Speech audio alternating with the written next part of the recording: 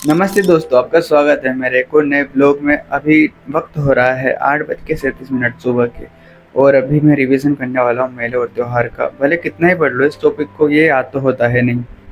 इसके बाद मैंने रिवीजन शुरू किया किसान आंदोलन का, क्योंकि जनजातीय आंदोलन तो मैंने पढ़े भी नहीं है अभी तक।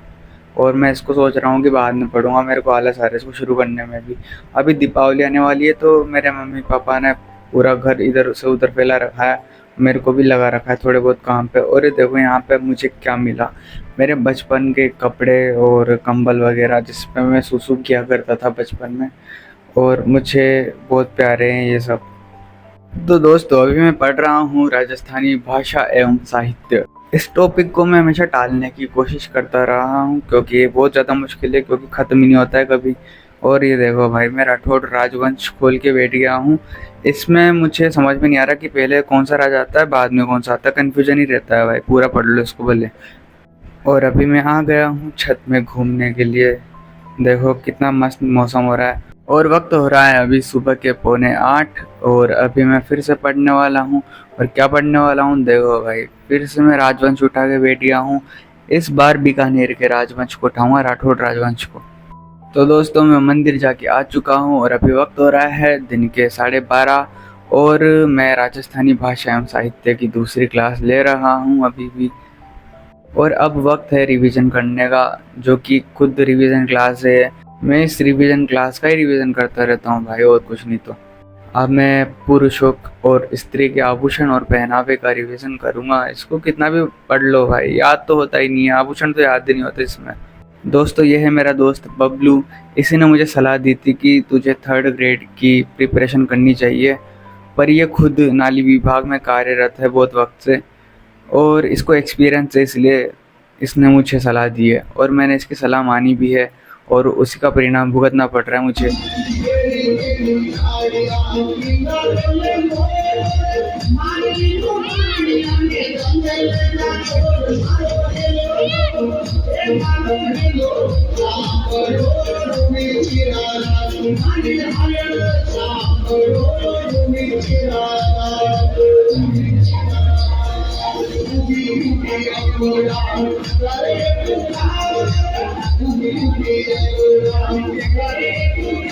डांस वांस देखने के चक्कर में मैं बहुत ज़्यादा लेट हो चुका हूँ। इसलिए अभी मैं बिना देरी के क्लास शुरू कर रहा हूँ, वो भी सिंचाई परियोजना वाली। और अभी रात के 11 तो बज चुके हैं। अब पता नहीं कितनी देर पढ़ूंगा। और अभी मैं साइंस का थोड़ा बहुत पढ़ रहा हूँ, क्योंकि 10 पेज बचे हैं इस टॉपिक में, रक्त वाले में। और मेरे इसमें 5 ही पेज हो पाएंगे जहाँ तक मुझे लग रहा है। आज तो 12 बजे तक पढ़ लेता हूँ, सोऊंगा फिर। और अभी हो चुकी है सुबह और मैं सुबह सुबह लेके बैठ चुका हूँ मेलों और त्योहारों को। ये फिर भी याद नहीं होगा। और मृदा और मृदा संरक्षण का भी रिवीजन करना था। सिंचाई परियोजना की मैंने क्लास तो देख ली थी। अब इसके बाद मैं एक बार बुक से भी पढ़ूंगा, ताकि मुझे अच्छे से याद हो जाए। देखो दोस्तों, मेरी किस्मत कितनी अच्छी है। जब मैं पढ़ने लगता हूँ, पढ़ाई ढंग से चलने लगती है, तो कुछ ना कुछ रोड़ा आ ही जाता है। अभी मेरे प्रैक्टिकल एग्ज़ाम्स शुरू हो चुके हैं कल से। तो आज मुझे फाइल बनानी पड़ेगी, मतलब मेरा प्लान हो गया वेस्ट। तो दोस्तों, पढ़ाई मेरी ठीक ठाक चल रही थी। अभी कुछ दिन पहले शुरू ही की थी सीईटी के एग्ज़ाम के बाद ढंग से। और भाई मेरे यार, मतलब एक केमिस्ट्री ने वाट लगा रखी है एमएससी ने। अब इसके प्रैक्टिकल की डेट आ गई कल। अब मुझे कल प्रैक्टिकल देने जाना पड़ेगा। परसों भी है वही, तो 2 दिन वो ख़राब हो जाएंगे। मैंने फाइल भरा ही नहीं, तो आज का ख़राब हो जाएगा। मतलब मैं जब भी कुछ करने की सोचता हूँ, कुछ अच्छा चल रहा होता है, पढ़ाई वढ़ाई सब ठीक चल रही होती है, तो कुछ ना कुछ हो ही जाता है। और वैसे भी बहुत सी प्रॉब्लम चल रही है लाइफ में। मैं मतलब पहले से ही परेशान हूँ।